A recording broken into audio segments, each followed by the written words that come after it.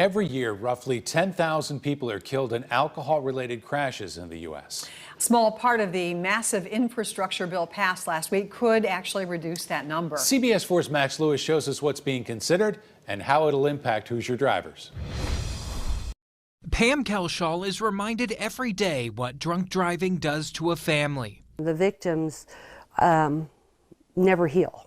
There's no way to heal. Her daughter Selena was just 17 years old when a driver who'd been drinking ran a stop sign and hit their family van. Selena was killed instantly. Every day is a constant reminder that they're missing something in their family and in their heart. It's one of the reasons Kelshaw, who now works with Mothers Against Drunk Driving, is looking forward to whatever anti-drunk driving technology emerges. If you're not out there drinking and driving, you have nothing to worry about. In some cases, people on probation for drunk driving have to pass a breathalyzer test to start their car. However, that's not practical for every car in the country. The bill doesn't mandate what type of technology must be installed, but something has to be there. In 2020, there was 898 traffic fatalities in the state of Indiana.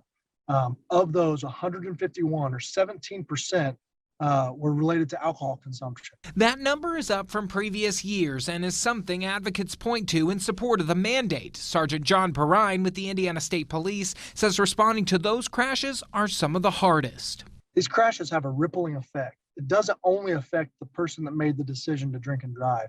It affects that person's family, the victims' families, the first responders, the communities. The hope is that this technology will prevent another family from going through what the Kelshaws have experienced. We're not supposed to bury our children. You know, our children bury us. In Indianapolis, Max Lewis, CBS 4 News. Outside of preventing drunk driving, the bill also mandates rear seat reminders to be installed in new cars to prevent child hot car deaths. The bill still needs President Biden's signature. That's expected within the next few weeks.